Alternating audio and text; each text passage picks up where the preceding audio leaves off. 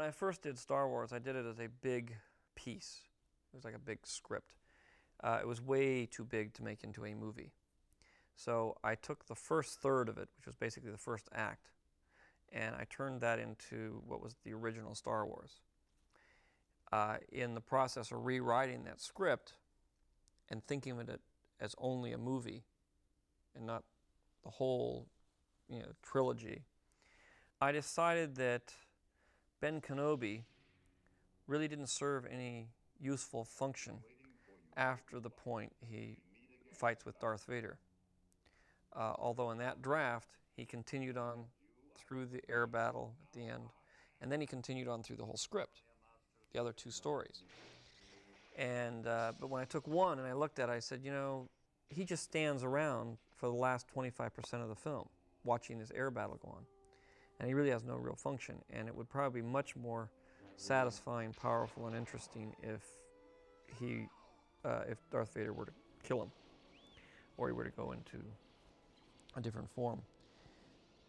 I made that decision based on just working on Star Wars. After Star Wars was successful, and I said, well, gee, I could finish this entire script. I could do the other two parts. I came to certain realizations about things that were in the script that were more difficult to now translate. Another one was the Wookiee.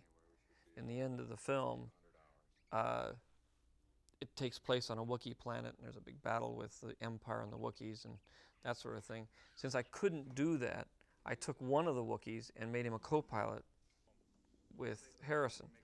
But in the original concept, the Wookiees were a primitive tribe, and that was sort of key to what was going on at the end of the film. And then when I put Chewbacca in as a co-pilot, I've kind of established them as a fairly sophisticated race. And so then when I went back, I couldn't use the Wookiees, so I turned them into Ewoks.